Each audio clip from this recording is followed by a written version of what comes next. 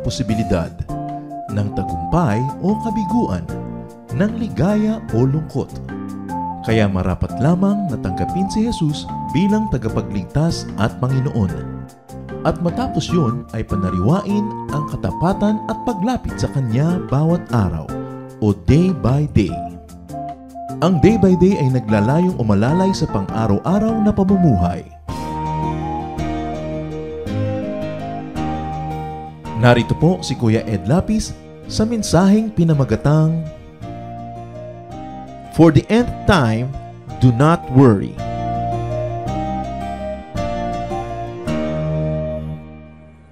Are you a worrier? Mahilig po ba tayo mag-alala, problema? Do you worry sometimes that you are not worried? May mga ganong tao. What do you worry about? Ang pag-aaral natin, isang dapat paulit-ulitin dahil patuloy na nalilimutan kumisang i-apply ng buong buo. For the nth time, do not worry. Salamat, Ama, dahil maaari kaming mapayapa, mapanatag, dahil kayo ang aming Diyos. Sa sandaling ito, payapain niyo po kami, turuan, at palakasin niyo aming katawan, isip, para lalo naming maunawa ang mensahe ninyo. Father, we ask you to be our speaker, be our preacher. We want to hear only your voice. Use your servant only as your instrument. At nawa sa paalala nyo, pagtuturo, Panginoon, mahango ang marami sa amin sa mga di naman kailangang mga pag-alala.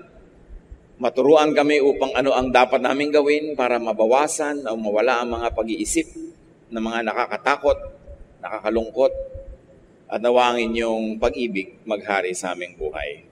Sit on your throne of power, dispense blessing to your people, lift up only your name. We ask you, Father, to speak to your people in power, in majesty, to the point that we can get healed, empowered. Father, we thank you. We honor you in the name of your Son, Jesus. May mga tao ko minsan, sila sabi, alam niyo po, nag-aalala ako. Bakit?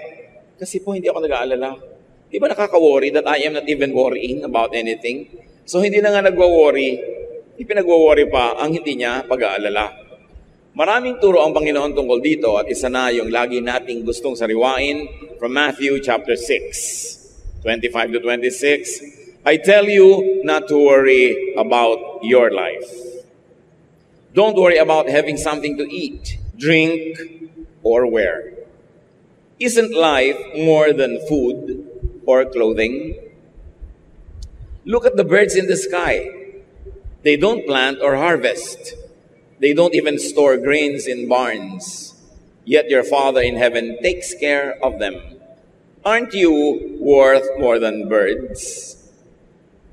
Sa simula pa lang, paulit-ulit nating sinasariwa ang ganitong mga turo ng Panginoon dahil talagang laging kailangan ng tao.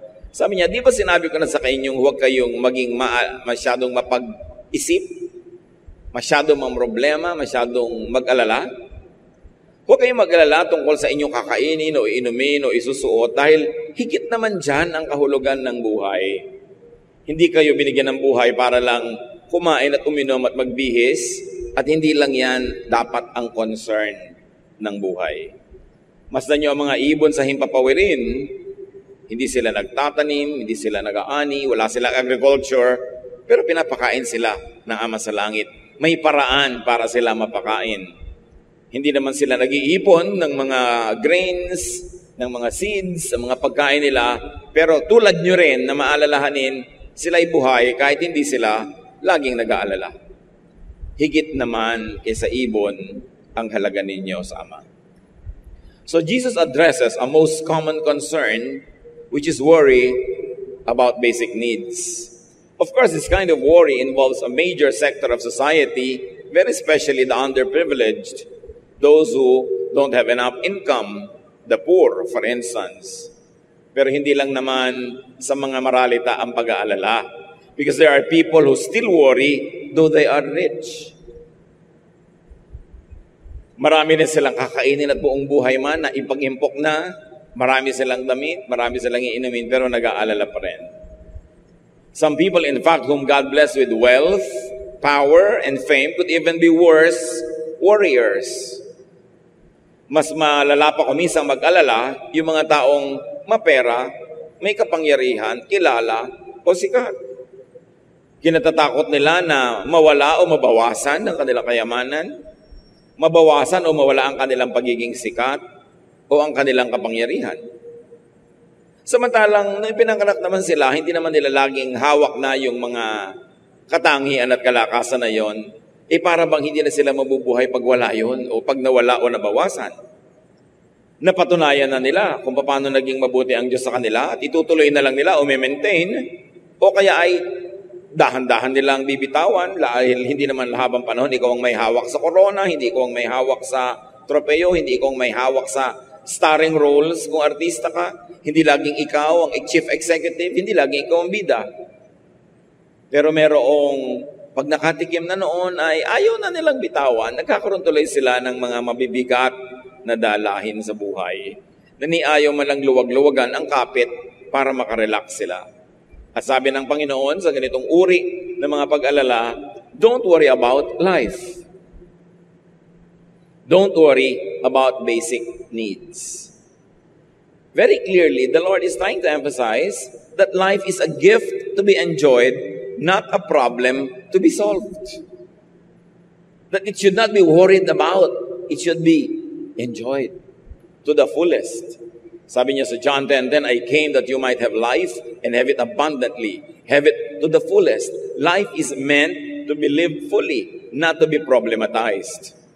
Pero pag sinabing don't worry about your basic needs, dapat linawin natin na hindi naman ibig sabihin na don't work for your needs. Yung iba kasi pagka sinabi nila, I live by faith. I don't worry. I believe in God. Ang ibig sabihin nila, they don't work. Wala silang ginagawang paghahanda o pagpaplano sa buhay dahil sasabihin nila, I live by faith.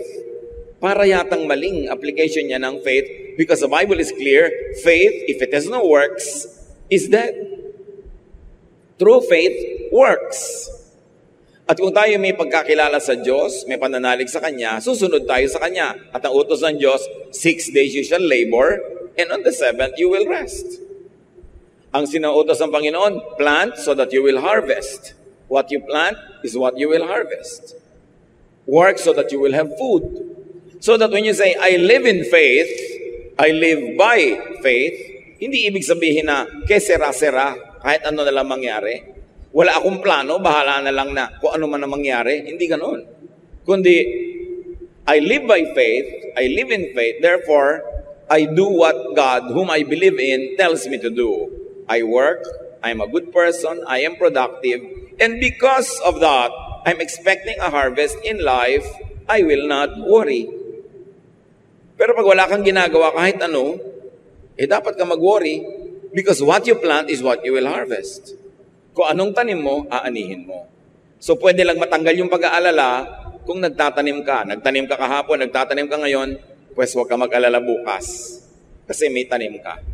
At kung may iba't iba kang tanim, para kung ibang tanim mo hindi nag-click, may ibang tutubo, may ibang magkakaroon ka ng kapakinabangan, then you can lessen or eliminate worry in your life. Pero sabi ni Lord, it's very interesting, life is more than food and drink. Malalim. Hindi lang sinasabi niya na huwag lang kayong laging mag-alala tungkol sa kakainin. Hindi naman puro pagkain lang ang buhay. Anong ibig niya sabihin? May ibang halaga ang buhay. May matataas na kahulugan ng buhay na kung lagi lang pagkain ang iniisip nyo, lagi lang iinumin at isusuot basic needs, hindi kayo magkaka-oras, hindi kayo magkakaroon ng lakas na atupagin yung matataas na mga pagpupunyagi. That when you're always dedicated to the very basic things in life, you will never graduate from it, above it, and you will never reach higher planes of consciousness and existence. Sabi niya, hindi lang kayo dapat sa basic. Dapat makagraduate kayo dyan. Kaya kalaban ng true spirituality ang sobrang karukhaan. Ayaw ng Diyos na tayo maging marukha, maging poor. Kasi pag lagi tayong poor and needy, hindi tayo gagraduate to higher levels of our humanity. Araw-araw, wala kang inaatupag kundi maghanap buhay, kahit isang tuka. Hindi mo na ngayon mapapakain ng iyong espiritu, hindi mo na mapapakain ng iyong personalidad, hindi mo na ma-develop ang iyong mga talent, hindi mo makagawa yung iyong mga pangarap. Kaya sabi niya, hindi lang tungkol sa basic needs ang buhay. Anong kakambal na unsaid sa katuruan na ito? Kung ayaw mong lagi nag-aalala ka sa basic needs mo, kailangan sa tamang panahon, gawin mo ang dapat, magtanim ka, magtrabaho ka, magsikap ka. At nang umani ka sa iyong mga ginagawang ito, at pag umaani ka na noon, makakapunta ka sa mas mataas na uri ng pamumuhay. You will be able to refine your talents. You will be able to fine-tune your calling from God. You'll be able to refine your gifts and do finer things in life. Sabi niya, hindi lang dapat sa pagkukumahog, sa paghahanap buhay ang tao. Naghahanap buhay ka para ka lang may ikabuhay, at pag may buhay ka na, doon mo ngayon makita yung full life, the fuller meaning of life. Meron kasi mga tao, ang tingin nila sa living by faith and living by believing in God is by not doing anything. Hahayaan na lang nilang umulan ng pera, umulan ng gamot, umulan ng kailangan nila sa buhay na hindi naman nangyayari. So you want to worry less, especially later in your life, do what is right habang may panahon. Kaya yan yung sinasabi sa Proverbs 31 na this woman who is very good in making money, she can laugh at the days to come. She is not worried about the future. She is not thinking about what to eat, drink, or wear kasi nagsikap na siya habang maaga at umaani na siya ng bunga ng kanyang labor. So do not worry, primarily because the giving of provisions is God's role. Hindi main concern ng tao kung paano siya tatanggap ng pagpapala. The role and concern of people is to obey God. And when you obey God, you are placed in the center of God's blessings, then you don't have to worry about such things. And of course, one of the meanings of obeying God is to work on time and to work enough. So be more concerned about obeying God, especially in being productive, then you don't have to worry about the basic things. Now, you worry if you are not obeying God. Yun ang dapat ipag-alala. At lalo na sa pag hindi mo pagsunod sa Diyos, sa tahasang pagsuway sa Kanya, ay parang umaasenso ka pa, gumaganda ang mga pangyayari, mas mag-worry ka kasi hindi ganun ang ipinahayag ng Panginoon na katotohanan. So may balik, may ganti, may ani pag gumagawa tayo ng mali. Matthew 6:27 to 30. Dagdag pa ng Panginoong Jesus tungkol sa pag-alala. Can worry make you live longer? Why worry about clothes? Look how the wildflowers grow. They don't work hard to make their clothes. But I tell you that Solomon, with all his wealth, wasn't as well clothed as one of them. God gives such beauty to everything that grows in the fields, even though it is here today and thrown into a fire tomorrow. He will surely do even more for you. Why do you have such little faith? Maraming kausap ang Panginoon nung itinuturo niya ito at sinasabi niya, mapapahaba ba naman ang buhay niyo ng inyong mga pag-aalala? Bakit sobra kayong lagi na lang nag-iisip tungkol sa isusuot? Tingnan niyo pati ang mga damo, ang mga bulaklak sa parang hindi sila nag-iisip ng ganyang mga bagay, pero binibihisan sila ng Diyos ng magagandang mga kulay, magandang mga texture, na kahit sa kayamanan ni Solomon, hindi siya nakapagbihis, higit sa ganda ng mga bulaklak sa parang. Kung ang mga damo ay binibihisan ng Panginoon ng maganda, samantalang buhay sila ngayon, bukas hindi na sila buhay, kayo pa kaya ng mga tao na mahalaga sa Diyos? So niya, bakit kakatiting ang inyong pananalig? Bakit kayo liliit ng inyong pananampalataya? Here Jesus says the truth about what He has been saying. It is useless to worry.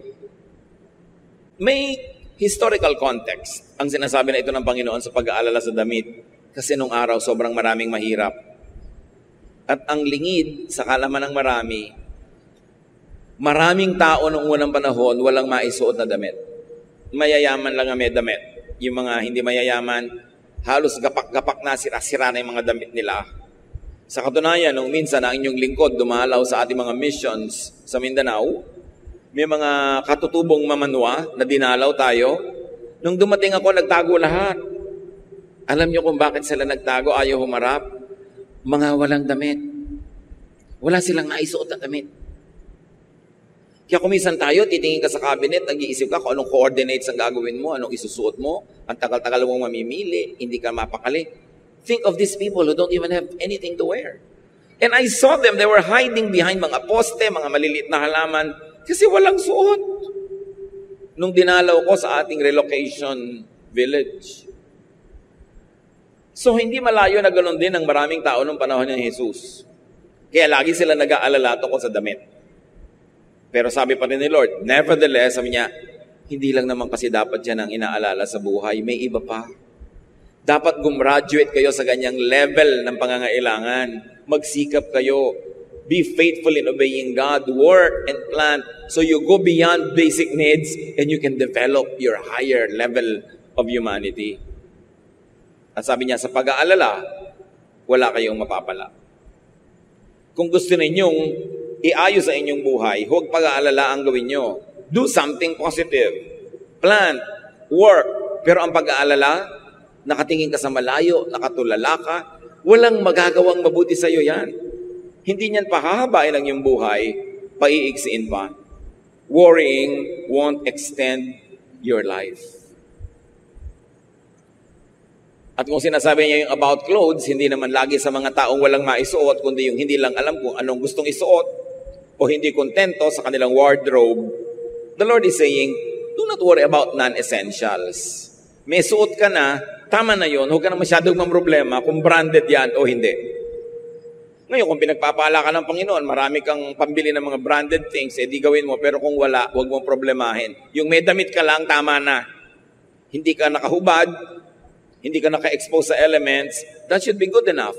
Don't worry about non-essentials. Tulad ng sabi niya kay Martha, meron silang fellowship sa bahay nila Martha, hindi na maka-attend si Martha ng fellowship, nasa kusina, busy-busy. At pati yung kapatid niyang babaeng nakaupo doon para makinig, pinapapunta niya sa kusina para tumulong sa kanya. Nasabi sa kanya ni Lord, alam mo Martha, masyado ka maraming inaalala, pati mga hindi naman kailangan.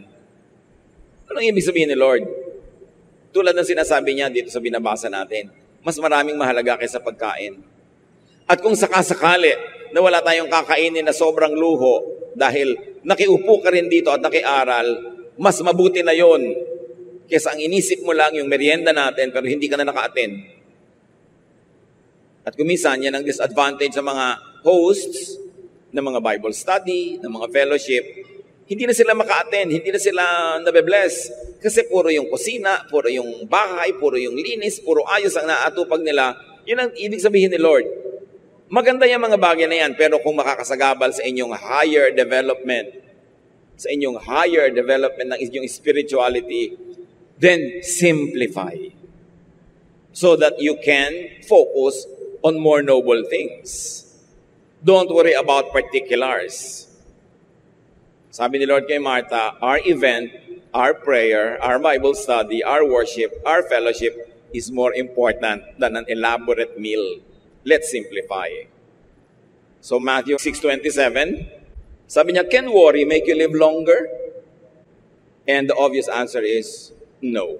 It could even shorten your life. Why worry about things that God loves to give? Like basic needs as clothes, food, and drink, and even beauty. Sabi niya, God is God of beauty. Hindi lang siya lumilikha ng damo, ginagandahan pa niya yung mga kulay, pinapaganda niya lahat ng nililikha niya. Kayo pa kaya ang hindi pagandahin ng Diyos? God does not only give basic things, He even makes things beautiful. And if God would give nourishment and beauty to short-lived plants, why not to you? And then the Lord was very quick to simplify it. Worry means lack of faith. The more faith, therefore, the less worry. Pero gusto nating idiin ang nasabi na natin, faith means work. So kung may faith ka, you work. therefore you worry less. Dahil may mabuti kang ginawa, may tanim ka sa buhay. Faith makes people do what they should. Hindi pwedeng faith ka lang sa isip, faith sa salita, pero walang aksyon. There should be productivity. And faith pleases God who gives in proportion to man's faith. Or let's say, to man's work according to that faith. Faith fills the mind with optimism, leaving no space for pessimism. No worries. Hindi como walang problema, kaya walang pag-aalala. Pwedeng may problema, pero bakit mo aalalahanin ang isang bagay na hindi mo naman kayang mabago sa oras na yon? Mabuti pa, huwag ka nalang mag-alala at huwag mong isipin. Isa, may makikita ka isang ginang ng OFW, nakatulala. Ba't ka ganyan? Naaalala ko kasi yung husband ko nasa abroad. Ano nagiging bunga sa'yo ng pag-aalala? Nalulungkot, nade-depress, etc., etc. Pastor, ano pong gagawin ko? Di wag mo munang alalahanin kasi hindi naman nakakabuti sa'yo at hindi rin nakakabuti sa kanya. Tuwing ipapahayag mo sa kanya na naiinip ka, lungkot na lungkot, depress na depress, yun din ang nangyayari sa kanya. Naapektuhan din siya. Pareho kayo nagdurusa. Hindi naman siya uuwi ngayon. Hindi mo rin siya pinapauwi. So ang gawin nyo, tanggapin nyo muna ang katotohanan nyo ngayon at huwag nyong laging isipin kung ano yung nakakalungkot. Why worry about something that you cannot or will not even change? It is self-defeating. Kaya sabi sa ng isang makata, better by far you should forget and smile than that you should remember and be sad. So kung talagang mahal na mahal mo ang magulang mo, anak mo, asawa mo, kaibigan mo na malayo, mas mamapapansin mo pa na hindi ka muna niya maalala ngayon, na hindi siya malulungkot. Kasi lagi ka niyang naalala, tapos nalulungkot siya. Pag nag-aalala ang tao, maraming nangyayari sa kanyang katawan, pati ang sakit, madali siyang tablan. Nababawasan ang kanyang appetite, nababawasan ang resistensya niya sa mikrobyo at sa mga karamdaman. Pero wala naman siyang nagagawa tungkol doon. So alisin sa isip. Huwag gawing problema kung hindi ka naman handa ngayon para lutasin yon. Matthew 6:31-33. Don't worry and ask yourselves, will we have anything to eat? Will we have anything to drink? Will we have any clothes to wear? Only people who don't know God are always worrying about such things. Your Father in heaven knows that you need all of these. But more than anything else, put God's work first and do what He wants. Then the other things will be yours as well. So it is becoming clearer that Jesus was telling people, do God's will. Do what He wants. Don't worry. Put your faith to work. And when you obey God, when you do things according to God's way, then you don't have to worry. Because the result of your obedience will be good.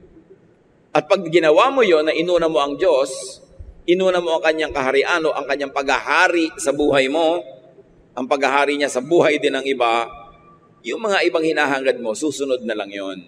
Bonus na lang, pero hindi yon ang tunay na dahilan kung bakit ka nabubuhay dito sa balat ng lupa.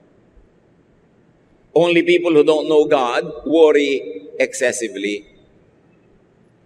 Well, yun naman din namang mga nananalig at nananampalataya, nagwo-worry din dahil tao tayo, pero dapat not excessively. Hindi nagtatagal, hindi lumalala ang pag-aalala. Gumagawa ka ng paraan para ibaling ang isip mo sa ibang bagay, or you make yourself busy with positive and productive things. Sabi ni Martin Luther, you cannot stop birds from flying over your head, but you can stop them from nesting in your hair. It applies to temptation. Hindi mo naman maaalis na tumawid sa isip mo ang sari-saring mga tukso.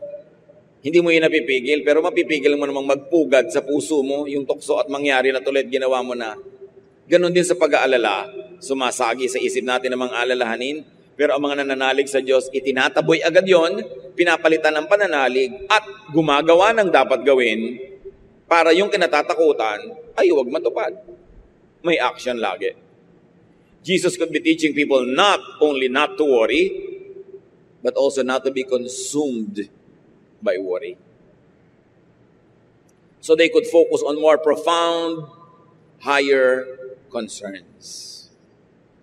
Siyempre, pag lagi kang nakatali sa pag-aalala, mauubos yung iyong energy.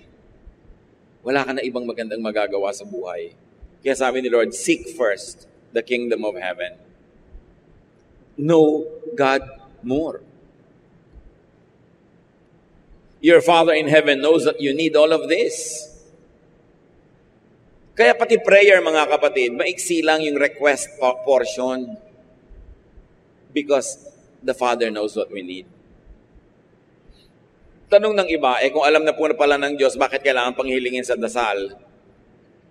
Hindi ipinaliwanag ng Diyos.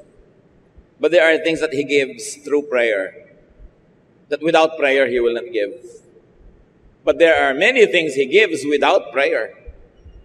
Pero para sigurado ka, di panalangin mo kung ano yung kailangan mo. Pero hindi mo kailangang ubusin yung panalangin mo sa iyong mga request. Kasi alam na yun ng Diyos.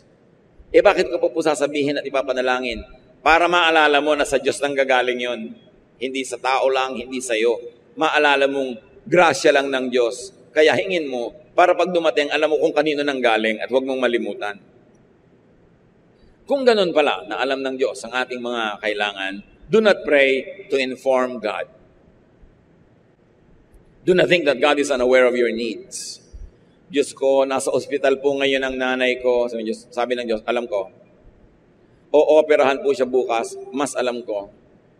Kailangan po niya ng alam ko. Yung alam na ng Diyos, ba't mo sinasabi? So ano ba talagang kailangan mo? Hilingin mo na lang yon. But do not pray to inform God. Minsan yung mga leader ng mga group prayer, lalo public, yung prayer nila, ang kausap na tao Lord, alam mo po ang pangangailangan ng aming iglesia. Pero actually, nagpaparinig lang sa members. No? Alam na pala ng Diyos, ba't pinag-uusapan pa? No?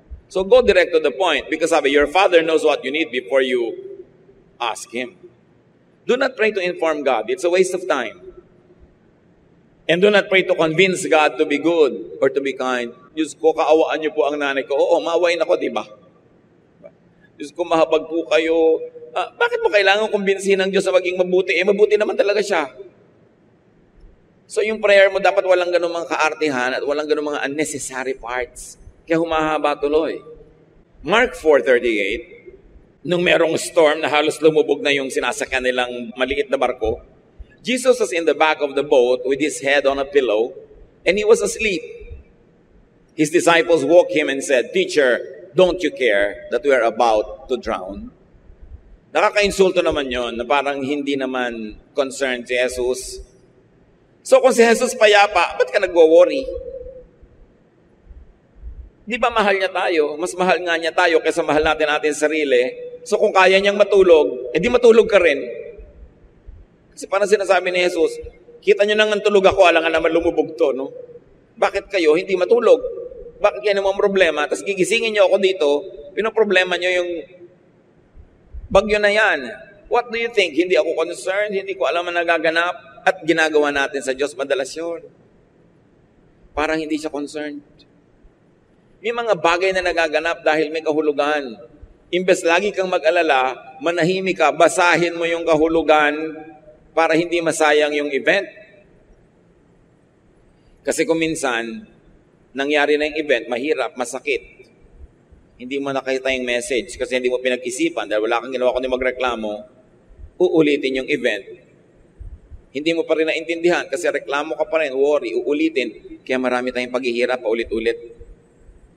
Kasi hindi natin natututunan yung lesson. Parang yung mga bumabagsak sa school. Tuturuan, mag-i-exam bagsak. Tuturuan, mag-i-exam bagsak. Di repeat. O uulit na naman. Hindi pa rin nalaman yung dapat malaman. Di repeat. Yung ibang kaklase, 4th year na siya, 2nd year pa lang. Kasi hindi niya ipinapasa. Hindi nalalaman yung dapat malaman. Sa buhay, ganun din mga kapatid. Maraming mahirap na nangyayari. Kasi may lesson dapat matutunan. Pag natutunan mo, move on nga to the next lesson. Pero habang hindi mo yun natututunan, magpapaulit-ulit lang. Kaya may mga taong, bakit po kaya paulit-ulit ang problema ko sa buhay? Siguro paulit-ulit ka rin hindi natututo sa problema mo. Kaya uulit-ulitin, hindi ka pa pwedeng pumasa dahil bagsak pa yung grade mo. Di mo pa nalaman. Kaya maganda mga kapatid, kahit mahirap, huwag pag-aalala unahin. Itanong niyo sa sarili, ano ang lesson ng nangyayaring ito? Anong ginawa kong mali na dapat di ko na gawin ulit? O ano ang dapat ginawa kong tama na hindi ko ginawa? O hindi ko ginawa ng buo, kaya tuloy kulang yung blessing, eto meron akong pinoproblema. Pag sa mong, Eureka, I found it, I realized it, titigil na yung lecture ng langit kasi natutunan na. So pag puro worry ang inatupag, hindi ka magkakaroon ng tamang pansin na maiuukol sa lesson ng buhay. And about prayer also, do not pray to change God's mind. Focus on knowing God's will and on obeying God instead of convincing God to change His mind. Mas madaling iayon ang kalooban natin sa kalooban ng Diyos kaysa palitan pa natin yung kalooban niya para bumagay sa gusto nating mangyari. Sa patuloy ng Panginoon, Matthew 6:34, don't worry about tomorrow. It will take care of itself. You have enough to worry about today. Gaano sa ating karami ang tatamaan ng turong ito? Don't worry about tomorrow. It will take care of itself. Bakit yan itinuturo ng Panginoon? Because most worries are imagined. Karamihan sa ating inaalala ay bunga lang ng ating imahinasyon, ng ating malilikot ng mga guni-guni. Gaano karami sa ipinag-alala nyo noon ang natupad? Konti. Most of thoughts about the future are only imagined. And they're imagined only based on what you already know. And what you know now is limited. The less one thinks about the future, the less imagination, the less self-manufactured fears, the better for people. Do not fast forward your needs, your wants, your worries. Yun ang sinasabi ni Lord. The blessings for today are enough for the needs of today. You worry because you're thinking about the needs of tomorrow, hindi mo pahawak yung blessings for tomorrow. So hinahati mo ngayon yung blessings na dapat for today's needs, sa today's needs at tomorrow's needs, nagiging kulang tuloy pareho. Do not imagine bad and scary scenarios. Most worries are really based on imagination. Kaya mahalaga yung mind control. Kontrolin mo ang sarili mo. Sabi sa Romans, be changed by the renewing of your mind. Gusto mong mabago ang blood pressure mo, mabago ang kalusugan, mabago ang sitwasyon, baguhin mo yung pag-iisip. Kasi kung paano ka mag-isip, sumusunod ang iyong katawan. And there are scientific evidences that show that the cells of the body obey the brain up to a great point. So pwedeng ang sarili mong isip ang sumira sa iyong katawan, sa iyong kalusugan dahil sa mga pinag-iisip. Sabi ng Colossians 3:2, think about what is up there, not about what is here on earth. So think about God's solutions, not your worries. Think about God's provisions, not your wants. There is no want or need of yours that is bigger than God's capacity to provide. There is no problem that humans can invent or face bigger than God. So kung mag-i-imagine tayo mga kapatid, mag-iisip din lang sa mga mahilig mag-isip, ba't yun na lang natin isipin ang kadakilaan ng Diyos? Kanyang kabutihan, kanyang kabaitan, para mapayapa tayo. What is counterproductive about worrying about the future? Ano nga ba ang hindi maganda pagka ikay laging nag-iisip ng tungkol sa future? Pag nag-iisip tayo lahat ng problema sa future, yung mind natin, nagpupunta na doon, nauuna, pero naiiwan ang ating katawan, nasa present ang katawan, problema yon. Kasi nagiging aware ka of the problem, pero wala ka naman magawa tungkol doon dahil wala ka pa ron. Kaya siya counterproductive. Kaya may kasabihan, cross the bridge when you get there. Wala ka pa sa bridge, pinaproblema mo na kung paano mo tatawirin. Hindi mo naman nakikita yung bridge. Meron at merong paraan para tawirin yon, Pero habang wala ka pa doon, hindi mo pa nakikita yon. So why think about it? It doesn't mean that responsible living entails no planning at all. You plan, so you harvest. Pero meron ka na ngayong general preparation for it. But the detail will come only when you are there. So don't think about the details before you get there. What is important is you are equipped, you have made your preparations, you have saved, just in case, you have planted, may mabubunot ka sa oras ng pangangailangan. Better not think of things that you could not change at the moment. It's a waste of energy, and it's a torture. Do not think of events that you cannot participate in, especially because you are distanced from it by time or by place. You can't change anything in the past because it's already happened. Kaya yung mga taong pinoproblema pa yung past, ayaw pa magpatawad, nagagalit pa tungkol sa past, mababago niyo pa ba yun? Hindi na. Kaya ang prescription sa atin ni Lord, forgive. Babalik-balikan mo. Ito yung binabalikan mo, nagagalit ka. Ito yung babalikan mo, sumataas ang presyon ng dugo mo. Ito yung binabalik-balikan mo, napupuno ka ng muhi, ng galit. Bakit mo binabalikan? Para torture na yung sarili? Mabuti sana kung ito yung babalikan mo, may magagawa ka para baguhin. Pero nanonood ka lang sa nagaganap nung nakaraan dahil hindi ka na pwedeng sumali dahil tapos na yon. Tapos yung mga nangyari na, ikaw yung talunan, ikaw yung kawawa, ikaw yung nasaktan. Bakit mo ni-replay ka ng replay? Kailangan ng disiplina ng isip para matanggal ang pag-aalala, matanggal yung mga negative thoughts.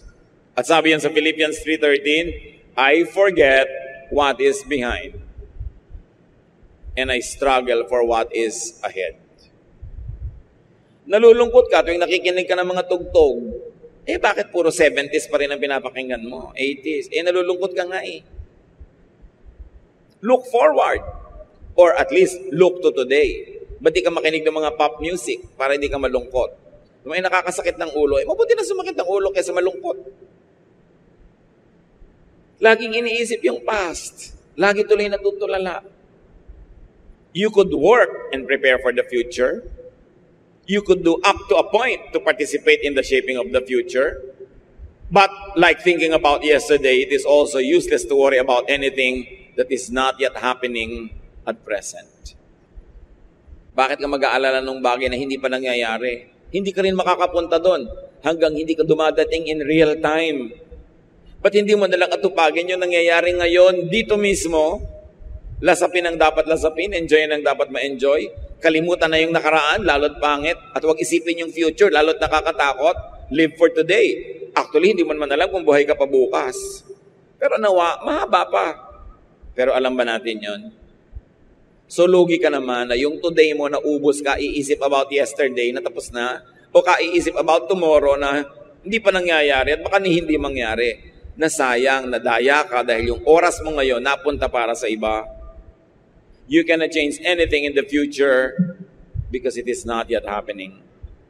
And besides, as we have said, most of what we imagine never get to happen. And in the light of all these realities, Jesus says, do not worry. Gaano naman kahirap maintindihan na do not worry. Huwag mo na lang isipin. Do what you could, but do not worry about what you couldn't. After all, life takes care of life. Life finds a way. Sabi nga ng isang pelikula, mayroong mga sobrang mag-worry. Parang sa palagay nila, hindi naaandar yung bahay nila pag wala sila ron. May mga nanay na aalis nga, may business trip o may bakasyon, pero walang ginawa kundi nagwo-worry pa tungkol sa nangyayari sa bahay nila. Meron nagwo-worry kung ano nangyayari sa kanyang negosyo pag wala siya, pero wala naman siyang magawa dahil wala naman talaga siya. Yung bakasyon niya tuloy, hindi niya na-enjoy. Yung ginawa niya, hindi niya nagawa. Dahil hati siya, nandun siya sa kanyang tunay na kalagayan at nandun siya sa gusto niyang puntahan na wala naman talaga siya doon in reality. But they're always worrying. Sino sa inyo ang nakapag-participate na sa pagpapaandar ng bansang Russia? Napakatandang bansa yan. Wala naman ni isa sa atin. Sino sa atin ang nagtatag ng Estados Unidos? Sino sa atin ang nagpapaandar, halimbawa, ng mga airport ng Amerika? Wala sa atin. Pero hindi nyo ba napansin? Umaandar din sila lahat. Kahit hindi tayo kasali. So pati mga buhay ng mga mahal natin, mga kumpanya natin, mga kakilala, aandar din yun. Huwag kayong mag-alala at huwag kayong laging sumali. Baka nga nakakasakal na tayo sa sobra natin pagsali at pag-aalala. Dapat nating pagtiwalaan ng kapwa natin na may ibang paraan ng paggawa ng isang bagay, hindi lang yung paraan natin, na pag hindi na natin paraan ng umiral, mali na lahat. Dahil umaandar ang lahat ng sistema sa mundo kahit wala kayo doon. Because life will always find a way. With or without you. And aren't you glad that it can go on without you? You can relax. You can take a break. Sabi sa Ecclesiastes 1:5-7, the sun comes up, the sun goes down, it hurries right back to where it started from. The wind blows south, the wind blows north, round and round it blows over and over again. All rivers empty into the sea, but it never spills over. One by one, the rivers return to their source. Ano yung isang message yan, mga kapatid? Umaandar ang planeta kahit di ka kasali. Kahit di ka makialam. Kahit hindi mo problemahin. Sa katunayan, yung mga bundok na nakikita natin, mga dagat, mga lupa, matagal na tayong nawala rito, nandiyan pa sila. Tutuloy ang lahat. So, don't overextend the scope of your worries. Let various people and segments who are assigned to their areas take care of their areas para hindi ka overstretched, para hindi ka stretched. Tomorrow will take care of itself. So live in the present. Huwag sayangin ang araw na to ng kaiisip sa nakaraan o kai-imagine sa darating pa lang. Because today is all you have. It is all you have to enjoy by yourself, with your loved ones. It is all you have to do what you must do. It's all you could help shape. Kumbaga sa mga cheque, mga kapatid, yesterday is already a spent check. Isang cheque yan na negotiate na, tapos na, baliwala na. Tomorrow is just a post-dated check. Hindi mo alam kung makakash mo or not. Only today, this minute is your cold cash. Don't squander it by thinking about the past or the future. Do not waste now moments on tomorrow moments. Sabi ni Lord, today's blessing is enough for today. Let tomorrow worry about itself. Tomorrow will take care of itself. Ano-ano mga pinag-aalala niyo, mga kapatid? Marami yan pwede nating ipasa Panginoon. Alalahanin nyo lang yung pwede kayong mag-participate para yan ma-improve. Pagka hindi, give it all to the Lord. Entrust it to other people. Smell flowers more lengthily. Look at beautiful sceneries more intensely. Enjoy your now. Stop worrying. God even knows the number of our hairs. God does not allow one sparrow to fall on the ground without His permission. At sabi ni Jesus, you are worth more than many sparrows. God cares for you. God loves you. God has already equipped you to do many good things. Just get busy in faithfully doing good things and let God take care of the rest. Ama namin, turuan nyo kami na maging marunong mapili kung anong dapat gawin at hindi dapat. Na magawa namin yung naka-assign talaga sa amin, yung equipped kami para gawin, at dapat namin gawin. At pagkatapos mag-relax na kami about other things that are assigned to other people, and especially things that are in your hands, O God. Give us the wisdom to know the difference, when to act and when not to act. When to be concerned and when not to be concerned. It takes wisdom coming from you to know the difference. Do not permit us to be deceived, O God. We want to be free from needless worry, and at the same time, we like to be responsible people. So turuan niyo po kami kung paano titimplahin ito sa aming buhay. Meanwhile, ipaalala niyo sa amin kung kami ay over-worriers. Teach us to relax in your presence. Teach us to be restful. Pagbulay-bulayan natin mga kapatid ang mga personal na mensahe nito para sa ating buhay. At nawa ang buhay na ibigay ng Panginoon, matamasa natin in its full glory, in its beauty, in its delicious flavor, without having to worry needlessly. Dear God, as your people, sit still and become silent before you. Ipakita nyo sa amin kung anong area of our lives ang sobra kami nagwo-worry. And let your assurance, let your love be our strength. Let's spend some time in silent prayer.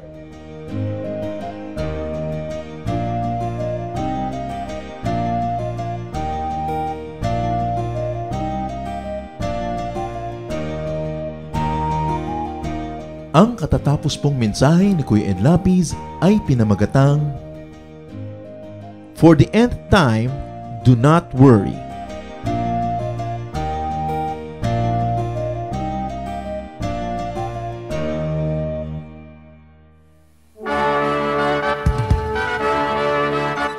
Halina't sama-samang sumamba at magdiwang sa Day by Day Jesus Celebration kasama si Kuya Ed Lapiz. Bulwagan ng Panginoon, PICC, one Sunday a month, Philippine International Convention Center, Rojas Boulevard, Pasay City. All other Sundays, sa mga day-by-day mini-bulwagan ang pagtitipon.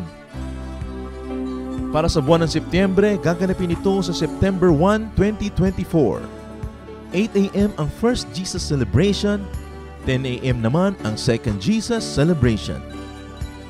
Para sa iba pang detalye, bisitahin ang ating official Facebook page, Day by Day Friends.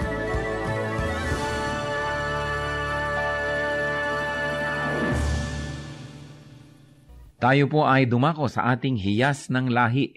Marami pong hiyas ang ating bayan na dapat ay makilala nating mga Pilipino. At hindi lang makilala, ito ay ating ganap na itanghal at gamitin sa ating pagsambang Kristiyano. Akala kasi ng iba, pag naging Kristiyano na sila, dapat Western na. O kaya kanluranin na ang paraan, ng musika, ng pananamit, ng pagsamba. Subalit napakayaman po ng ating mga kaugalian na kung atin lamang babawiin sa mga gawa ng kaaway at sa kadiliman magagamit para po sa kapurihan ng Panginoon at para rin sa ikatatanghal ng ating lahi. Sa atin pong hiyas ng lahi ay ngayon ay ating pakikinggan ng instrumentong patatag. Ito po ay isang paglikha ng tunog at musika ng mga kalinga.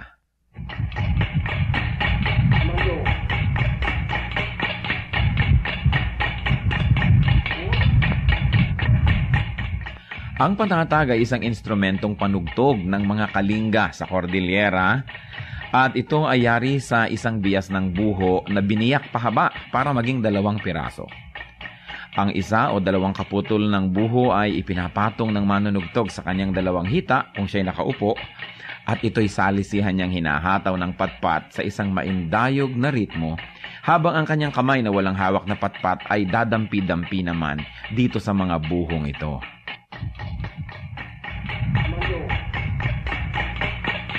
Maaaring sumali ang 1 hanggang 6 o higit pang mga manunugtog na salisihan ang pasok sa ritmo, habang sila ay nakapaghahabi naman ng isang melodya. Ginagaya ng patatag ang mga musikang nalilikha ng gangsa o ang mga mumunting gongs ng mga katutubong Pilipino sa Cordillera. Ang paglikha ng musika sa ating bayan, lalong-lalo sa mga kalinga, ay bunga ng pakiramdaman at pagbibigayan ng isang grupo ng manunugtog. Hindi lang tayo lumilikha ng tunog, hindi lang tayo lumilikha ng musika, patuloy tayong humahabi ng lipunan kung saan ang pagpapahalaga ng bigayan, pakiramdaman ay kitang-kita sa paglikha ng tunog. Sa paggamit ng patatag, ang mga kalinga ay isa-isang nag-aambag para makabuo ng isang melodya. Hindi lang isang tao ang gumagawa ng melodya at ang iba ay para lamang na tagatulong o background, kundi ang lahat ay kasama. Ang patatag ay maaari nating gamitin sa paglikha ng musika para sambahin ng Diyos. Kailangan lang masanay ang ating tainga sapagkat kung bago ay parang tayo'y naninibago.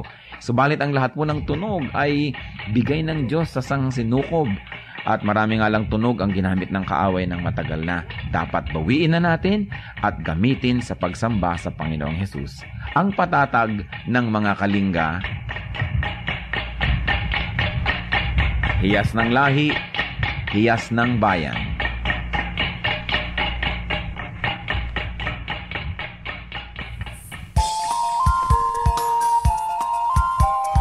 Ito po si John Arrieta at inaanyayahan po namin kayo na dumalo, makisaya at makipahinga sa ating Jesus Celebration sa Day by Day South Central.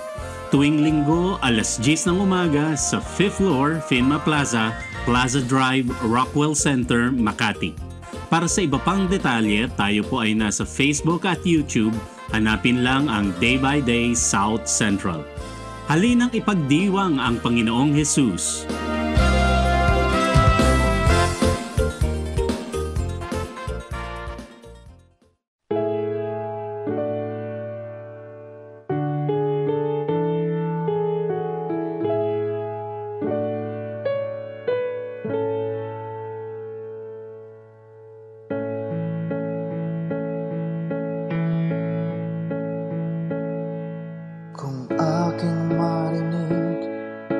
Banayad mong tinig, paligid may dilim, sa pag-asa'y hitik.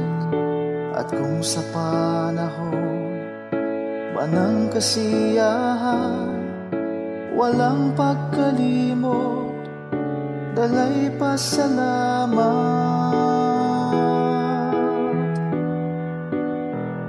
Alay ko ay papuri, damhin mo pagsamba,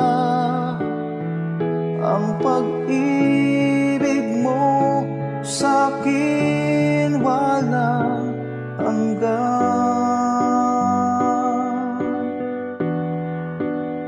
Sa iyo kabutihan, buhay ay nakamtan. Pupurihin ka magpakailan pa man,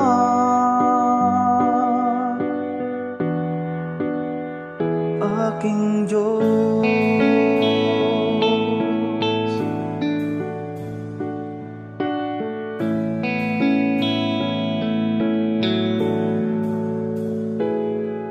At kung magkaminsan di ka maramdaman, sa puso ko'y tiyak ika'y naririyan. Kahit sa dulo man itong aking buhay, ika'y aking lakas, hindi mangangamba.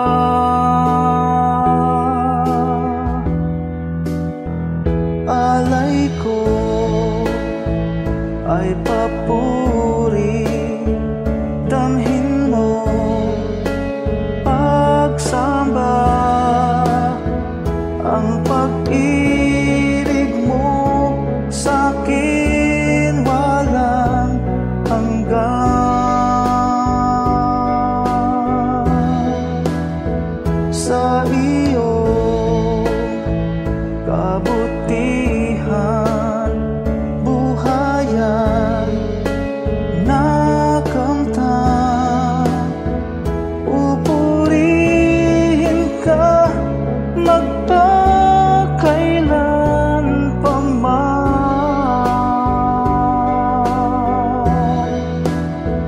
aking Diyos.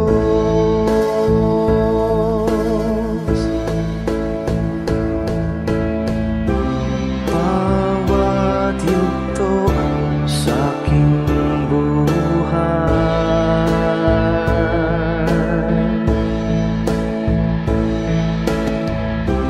laging laan iyong gabay.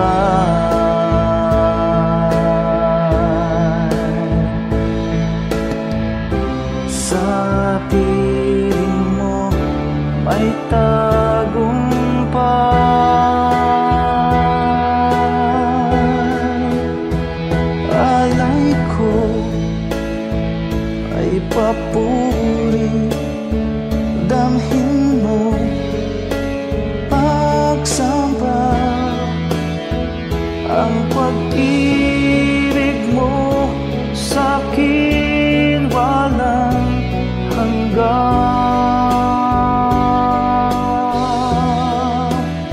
Sa iyo kabutihan,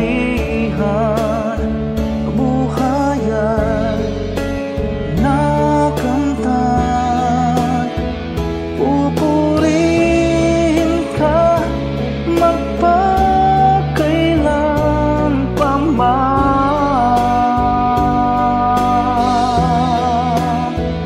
Alay ko ay papuri, damhin mo pagsamba. Ang pag-ibig mo sa'kin walang hanggan.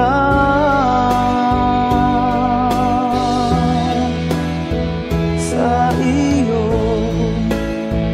kabutihan, buhay ay nakamtan. Pupurihin ka magpakailan pa man.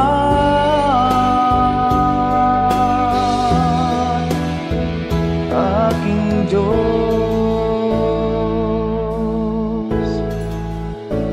aking Diyos,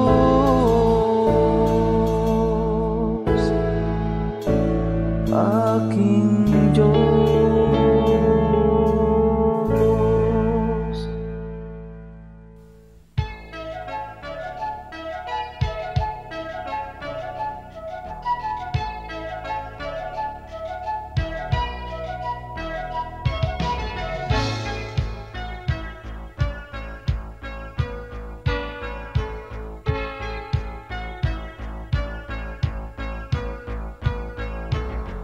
Ang nais mo'y kagalakan, kay Jesus matatagpuan.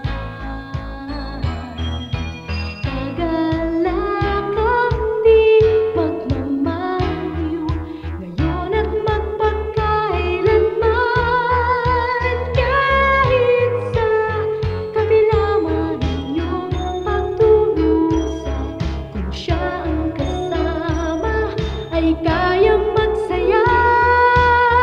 Kagalakan ang puso ay makakamtan pag si Kristo sa buhay. Ang iyong paglingkuran kay ganda ng mundo, kung malalaman mo na siya'y laging nagmamahal sa'yo.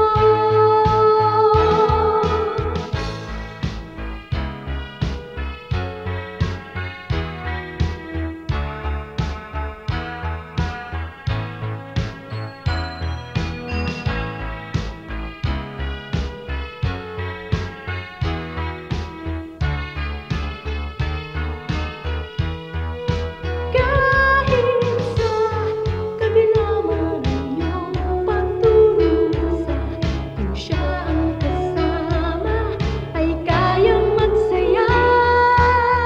Kagalakan ang puso ay makakamtan pag si Kristo sa buhay. Ang iyong paglingkuran kay ganda ng mundo, kung malalaman mo na siya'y laging naghihintay sa'yo. Kay ganda ng mundo, kung malalaman mo na siya'y laging nagmamahal sa'yo.